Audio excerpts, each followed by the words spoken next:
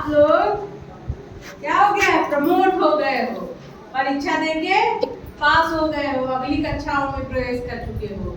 जो कक्षा 1 में था वो 2 में चला गया, जो 2 में थे वो 3 में चले गए, और जो 3 में थे 4 में चले गए, और जो 4 में थे वो 5 में चले गए, और जो 5 में थे वो कहाँ चले गए?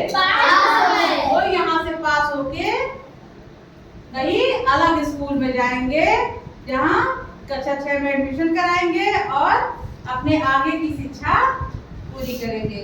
क्योंकि ये प्राइमरी है तो यहाँ कक्षा 1 से कक्षा 5 तक की कक्षाएं चलती हैं, जो इन्होंने पास कर लिया कक्षा 5 वाले बच्चों ने, और ये अपनी अगली शिक्षा पूरी करने के लिए अगले स्कूलों में जाएंगे। और आप लोगों को जरूरत है कि आप लोग पहले से ज्यादा समय दीजिए अपने आप को, क्योंकि जैसे जैसे आप बड़ी कक्षाओं में जाते हैं उसी तरह से आपका पढ़ाई का लेवल भी बढ़ता है ना। कुछ नई चीजें जुड़ जाती हैं, जो चीज छोटी रहती है वो धीरे धीरे बड़ी होने लगती है। इसके लिए आवश्यकता है कि आप लोग पूर्ण मनोयोग से पढ़ाई करें और चीजों को समझे, याद करें। जिसमें सबसे पहली बात ये है कि हिंदी, फिर मैथ मतलब गणित, ये कंपल्सरी सब्जेक्ट है, मतलब अनिवार्य है। ये आपको आने ही आने चाहिए, क्योंकि हमारी मातृभाषा हिंदी है ना, हम जहाँ रहते हैं वहाँ हिंदी बोली जाती है। तो और हमारे दैनिक जीवन और हमारे रोजमर्रा के कामों में सबसे ज्यादा गणित का प्रयोग किया जाता है। तो इसलिए हिंदी और गणित ये हमें पता होनी चाहिए। इसके बाद आता है अंग्रेजी का नंबर, ठीक है। तो पहले आप इन चीजों को सीखिए। हिंदी में कम से कम आप अक्षर पहचानते हो, मात्राएं पहचानते हो, और क्या करें, हिंदी की किताब को पढ़ सके, मतलब जहाँ भी हिंदी लिखा हो। अब ये ना सोचो कि सामाजिक विषय है तो उसमें सामाजिक विषय, उसमें भी हिंदी में लिखा होता है, तो जहाँ भी हिंदी लिखा हो उसको आप पढ़ सके। और पढ़ाई भी इस तरह से कि वो कैसी हो, समझ के साथ पढ़ी गई हो, समझ के साथ पढ़ी गई हो। मतलब कि जो आपने पढ़ा है, जो भी कुछ आपने पढ़ा, जैसे देखो ये 4 लाइन है, जो भी है, इसको जो भी आपने पढ़ा हो उसमें से अगर कोई कुछ पूछता है तो आप उसको बता पाएंगे।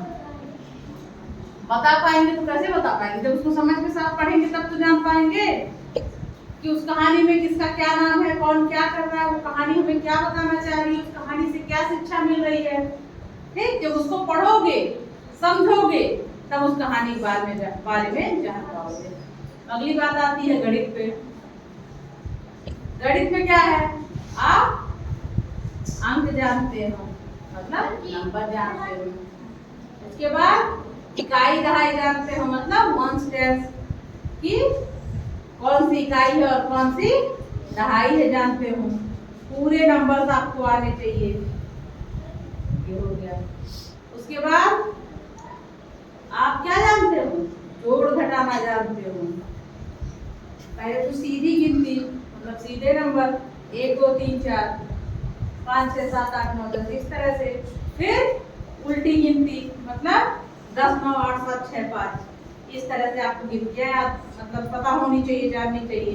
इसके बाद आता है जोड़। पहले छोटे से शुरू करिए, 1 अंक 2 अंक 3 अंक पे तब जाइए। फिर घटाना, फिर क्या आता है, हासिल का जोड़, हासिल का घटाना, ठीक। फिर गुणा, उसके बाद भाग, उसके बाद और सारे सवाल आते हैं। जैसे सवालों से पहले आप लोग को पता होना चाहिए आरोही और अवरोही पता होनी चाहिए, पूर्ववर्ती अनुवर्ती पता होनी चाहिए, स्थानीय मान और अग्रिम मान पता होने चाहिए। और क्या पता होनी चाहिए, क्या पता होनी चाहिए बेटा? और ये सब तभी पता चल पाएगा जब आप अंक पहचानते होंगे, आपको गिनतियां आती होंगी, तब आप मैथ में आगे जा सकते हो। उसके बाद आपको बहुत सारे सवाल है, एलसीएम है, एचसीएफ है, भिन्न है, भिन्न के जोड़ घटाना गुणा भाग बाकी आगे बृहद रूप से जितने सवाल हैं सब पता चलेंगे आपको।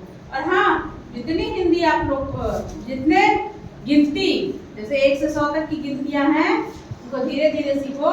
जैसे 1 से 10 तक आपने सीखा, 11 से 20 तक सीखा, तो उसको हिंदी में भी सीखते रहो। जैसे 1 को हिंदी में ए और क लिखते हैं 1, 2 को लिखेंगे द गबर की मात्रा 2, तो दोनों साथ लेके चलो। ठीक, जब इतना सीख लो तब उसी गिनती को आप इंग्लिश में लिखना शुरू करो। जब अपनी भाषा को, हिंदी को, गणित को जान जाओ तब क्या हो, उसको इंग्लिश में लिखना शुरू करो, फिर उसको संस्कृत में लिखना शुरू करो, पढ़ना शुरू करो, फिर उसको रोमन में लिखना शुरू करो। हमने बताया भी आपको 5 भाषाओं में गिनती, एक हिंदी, एक गणित, एक इंग्लिश, एक संस्कृत और एक रोमन। 5 में बताइए ना गिनती आपको, बताइए। आवाज नहीं आ रही थी, हमें लगा हमें भूल रहा है। बताया है बेटा आप लोगों को मैंने, ठीक है। तब जाके आगे हम कहीं अच्छी तरह से उस चीज को पढ़ पाएंगे। तो सबसे ज्यादा जरूरी है अभी के लिए, क्योंकि आप लोगों को गिनती जाती है, जोड़ घटाना गुणा ये सब आ रहा है छोटे सवाल। तो आप क्या करिए, अभी सबसे पहली प्रायोरिटी दीजिए कि आप 2 से 20 तक पहाड़ा याद कर डालिए सब लोग। जिनको नहीं याद, बाकी जिनको याद है वो सब बधाई के पात्र है, उनके लिए बहुत बहुत शुभकामनाएं। और बाकी आगे जिनको नहीं याद है वो याद कर डालें, और धीरे धीरे करके अगली कक्षा का सिलेबस हम लोग पढ़ेंगे, और जिसको जो आता होगा उससे आगे उसको सिखाया जाएगा। तो इस पढ़ाई में देंगे आप लोग साथ में ना? हम आप लोग का साथ दें, आप हमारा साथ दीजिए, ठीक है। तभी शिक्षा सुचारू रूप से चल पाएगा कि जब हम आपको अच्छे से पढ़ाएं, अगर आप उसको पढ़ने के लिए अच्छे से तैयार रहिए। जब हम पढ़ाएंगे और आपकी तरफ से पढ़ने की इच्छा होगी तभी कोई चीज आप लोग सीख पाओगे। हम इधर से सिखाते रहे, आप लोग इधर से ऐसे भागते रहे तो सीख पाएंगे?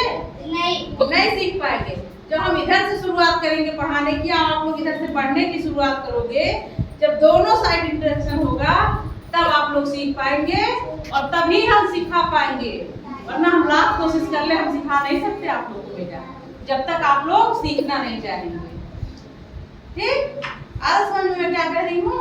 अगर विशेष तौर पे मैं आप लोग से यही बात करने आई हूँ कि आप लोग अगर जितना टाइम आप दे रहे हैं विद्यालय में, उसमें से देखिए आप लोग 1 घंटे ही पढ़िए, लेकिन मन लगा के पढ़िए। जरूरी नहीं कि आप 8 घंटा पढ़िए, 10 घंटा पढ़िए, 1 घंटा पढ़िए, आधा घंटा पढ़िए, लेकिन जितना देर पढ़िए उतने देर मन लगा के पढ़िए। और नियमितता रहे कि आज पढ़ लिया, एक हफ्ते बाद पढ़ेंगे, ऐसा भी नहीं। थोड़ा थोड़ा पढ़िए, लेकिन रोज पढ़िए। तो कोई चीज धीरे धीरे थोड़ा थोड़ा अभ्यास किया जाता है, सीखा जाता है, तो उस चीज को इंसान सीख लेता है।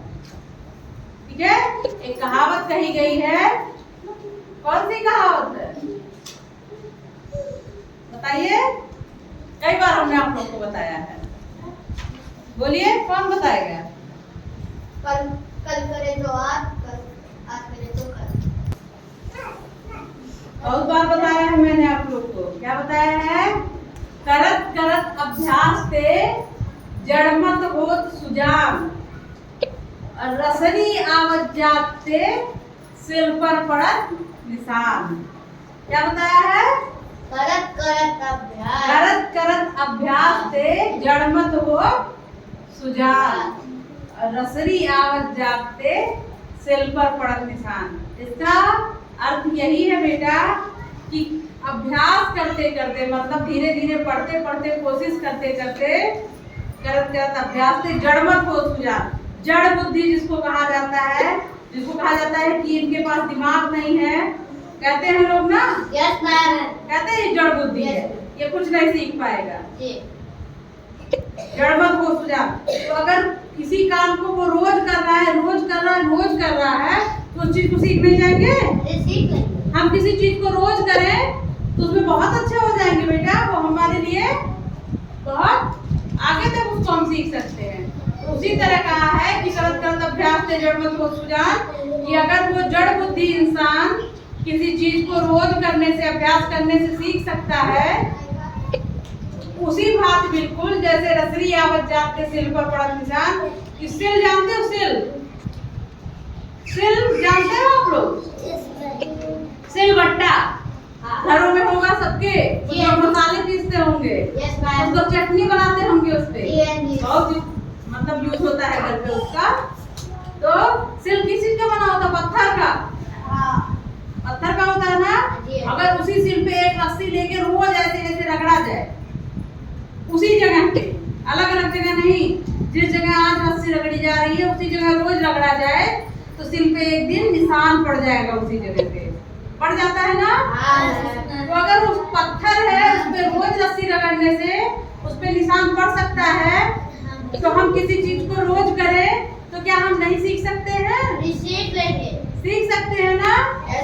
इसी दृढ़ इच्छा के साथ, इसी संकल्प के साथ हम लोग अपने आगे की पढ़ाई, आगे की शिक्षा शुरू करेंगे कि हम लोग अगर रोज कोई चीज पढ़ेंगे तो उसको जरूर सीखेंगे, और हमारी अगर इच्छा है तो हम उसको करके ही रहेंगे, सीख के ही रहेंगे। तो तैयार हो आप लोग? और जोर से तैयार? सीखोगे सब लोग? पढ़ोगे सही से? चलिए, बहुत बहुत आभार, थैंक यू आप लोगों को हमारा साथ देने के लिए। उम्मीद है पूरे साल आप लोग इसी लगन, इसी मेहनत से पढ़ाई करेंगे। थैंक यू बच्चों।